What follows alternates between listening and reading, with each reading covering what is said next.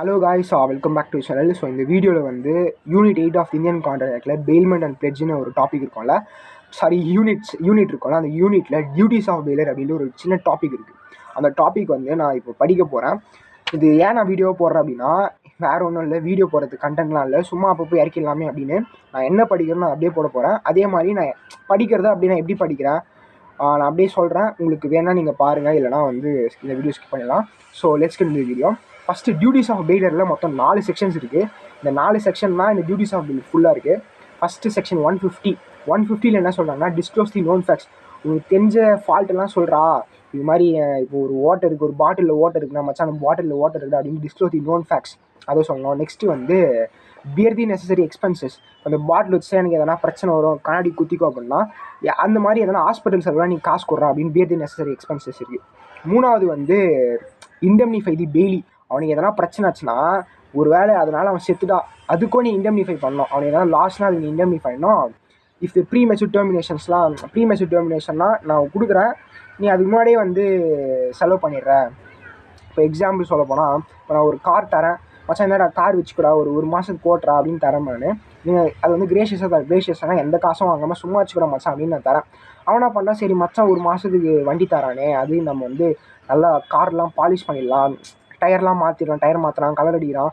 நான் நினைக்கிறேன், ஐயோ டயர்லாம் மாற்றிட்டானா, அப்போ ஒரு மாதம் என்ன இப்போயே வாங்கிடலாம் மச்சான், நான் குடுறா மச்சான் தேவைப்படுதுன்னு சொல்லிட்டான். இப்போ அவன் வந்து என் ஃப்ரெண்டு வந்து அந்த காருக்கு வந்து செலவு பண்ணியிருப்பாள், டயர் மாட்டுறது, பெயிண்ட் அடிச்சுது, அதுக்கும் வந்து நான் வந்து அவனை இண்டெம்னிஃபை பண்ணுவேன். ஏன்னா ஒரு மாதம் அவன் தந்திருக்கான், கிரேஷியஸ் தான் தந்திருக்கான், பட் முன்னாடியே தரேன். அப்போ அந்த காசு யார் அவனை செலவு பண்ணுவான், அதை நான் இண்டெம்னிஃபை பண்ணல. இப்போ நான் வந்து அது பெனிஃபிட் இது பண்ணுறேன்ல, ஸோ அதுக்கு வந்து சின்ன டாபிக் தான் சொல்கிறேன், பட் பெருசாக எக்ஸ்பிளைன் பண்ணல. ப்ரீமெச்சூர் டெர்மினேஷன் இது செக்ஷன் 159 வரும். நாலாவது வந்து to receive back the goods. எல்லாமே பர்பஸில் அக்கம்ப்ளிஷ் ஆகிட்டு முடிஞ்சிட்டோன்னே, இப்போ பெயில்மெண்ட் முடிஞ்சதுக்கப்புறம் அந்த அவன் கொடுக்குற இது வந்து நம்ம தரணும். ஒரு நாய்க்குட்டி தரேன் மச்சான், இந்தாடா வெளியே போயிட்டு வரேன்டா அப்படின்னு ஒரு நாய்க்குட்டி என் ஃப்ரெண்டுகிட்ட தரேன், இந்தாடா கொஞ்ச நாள் வச்சுக்கூட அப்படின்னு. ஆனால் நான் சொல்கிறேன், என்னால் வாங்கி கூடாது, நீயே வச்சுக்கோ அந்த நாய்க்குட்டி, எனக்கு அது சனியாக பிடிச்சது அப்படின்னு சொன்னேன்னா, அது வந்து அவனுக்கு வந்து அது சாப்பாடு போடணும், அவனுக்கு நிறைய பிரச்சனை இருக்குல்ல. To receive back the goods இது வந்து செக்ஷன் 164 சொல்கிறாங்க. இதெல்லாம் வந்து duties of the bailor. So டக்குன்னு பார்த்தலாமா, டியூட்டிஸ் ஆஃப் பெயிலரில் மொத்தம் 4 செக்ஷன்ஸ் இருக்குது. செக்ஷன் 150, 158, 159, 164. அந்த 4 என்னது, ஃபஸ்ட்டு 150 வந்து disclose the known facts. Second வந்து என்னது, பியர் தி நெசசரி எக்ஸ்பென்சஸ். இது வந்து மூணாவது என்னது, indemnify the bailee for premature termination. Next bailee receive back the goods. So first வந்து 150 பார்க்கலாம். 150 என்னது, டிஸ்க்ளோஸ் தி நோன் ஃபேக்ட்ஸ். இந்த டிஸ்க்ளோஸ் தி நோன் ஃபேக்ட்ஸில் இதில் 2 டிவிஷன் மாதிரி 2 ரோமன் நம்ம கொடுத்துருப்போம். In case of gratuitous bailment, in case of non gratuitous bailment அப்படின்னு. In case of gratuitous bailment அப்படின்னு ஒன்றும் இல்லை, எந்த காசும் வாங்காமல் சும்மா ஃப்ரெண்டுக்கு தரது, அது மாதிரி தான். அதில் வந்து எந்த ஒரு பணமும் இருக்காது, இதை வச்சுக்கிட்டு நான் காசு தர அப்படிலாம் இருக்காது. இன் கேஸ் ஆஃப் கிரேஷியஸ் பெயில்மெண்ட்டில் என்ன அப்படின்னா, the bailor is bound to disclose to the bailee falls in the goods bailed of which the bailor is aware and which materially interfere with use of them or expose the bailey to extraordinary risk, and if he does not make such disclosure, he is responsible for damage arising to bailey directly from such falls. ஒன்றுமே புரியாது, படிச்சா தான் புரியும். So படிக்க try பண்ணுங்கள். Next, in case of non gracious பெயில்மெண்ட்டில் என்ன வரும் அப்படின்னா, if the goods are bailed for hire, the bailor is responsible for such damage whether he was aware or not aware of such the existence of such falls in the goods bailed. இது வந்து இன் case of non gratuitous bailment. இது ரெண்டுமே வந்து டக்குன்னு புரியாது, but இருந்தாலும் வந்து நீங்கள் படிக்க உங்களுக்கு யூஸ் ஆகும். படிக்க தான் உங்களுக்கு புரியும்.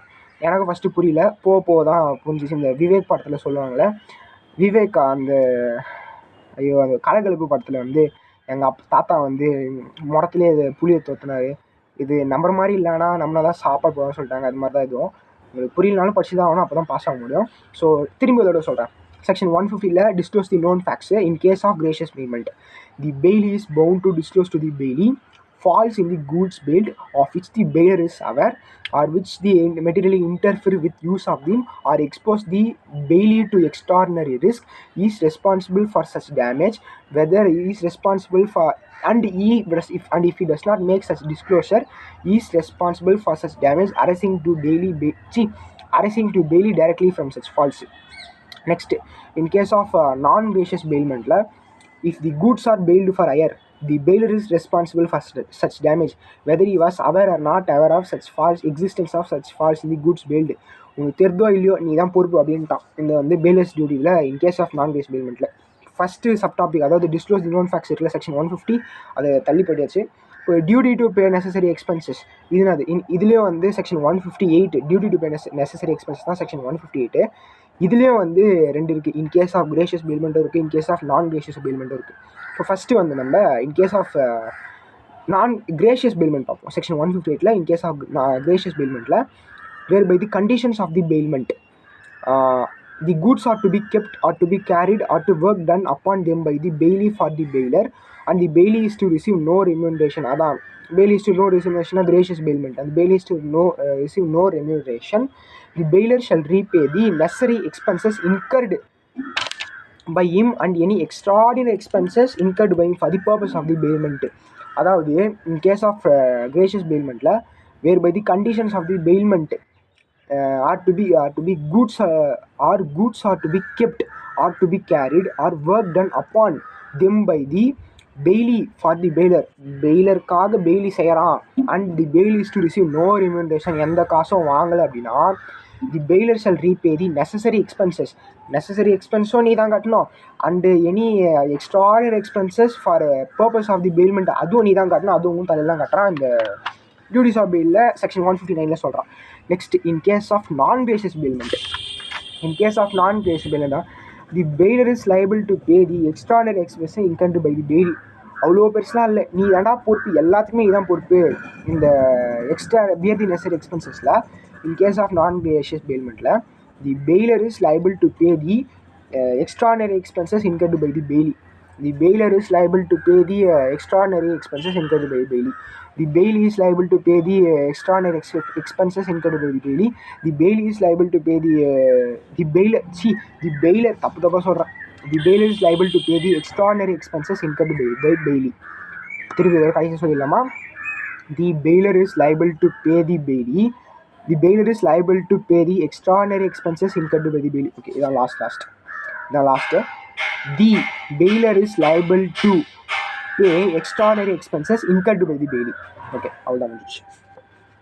நெக்ஸ்ட் வந்து செக்ஷன் 159. அப்போ 158 தான் படிச்சிருந்தோமா? சரி, section 159 duty to indemnify the bailee for premature termination சொன்னால் இதான். The bailor is liable to pay the bailee for any loss or damage suffered by the bailee in case of that is in the excess of benefit received where he claims the goods graciously and decides to terminate the bailment before the expire of the period of the bailment. Duty to indemnify the bailey for premature termination section 159. Duty to indemnify the bailey for premature termination section 159 என்ன சொல்கிறாங்க அப்படின்னா the bailor must liable இல்லை, the bailor must compensate the bailey for the loss or damage suffered by the bailey that is in the bailor that is in the excess of the benefit received where he had lend the goods graciously and decides to terminate the bailment before the expire of the period of the bailment. Okay, duty to indemnify the bailey for premature termination section 150.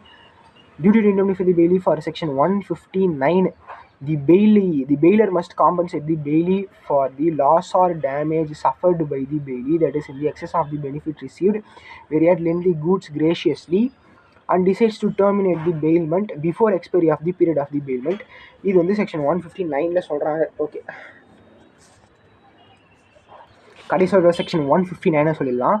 The bailor must compensate the bailey for any loss or damage suffered by the bailey that is in the excess of the benefit received that he had lent the goods graciously and decides to terminate the bailment before the expiry of the period of the bailment.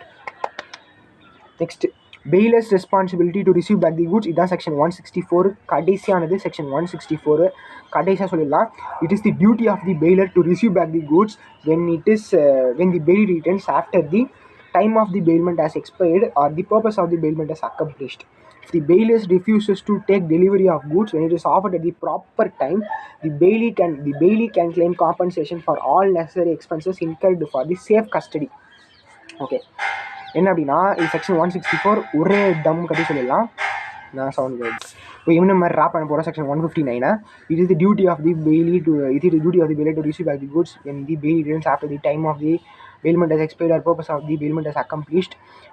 If the bailee returns after the delivery of the goods at the proper time, offers at the proper time, the bailee can claim compensation for all necessary expenses incurred for safe custody. So இந்த video வந்து எல்லோரும் ஃபுல்லாக பார்த்துருப்பீங்க எனக்கு அப்படின்னு தெரில. But சின்ன ஒரு பரிச்சார்த்த முறையில் இந்த வீடியோ நான் ரெடி பண்ணேன்.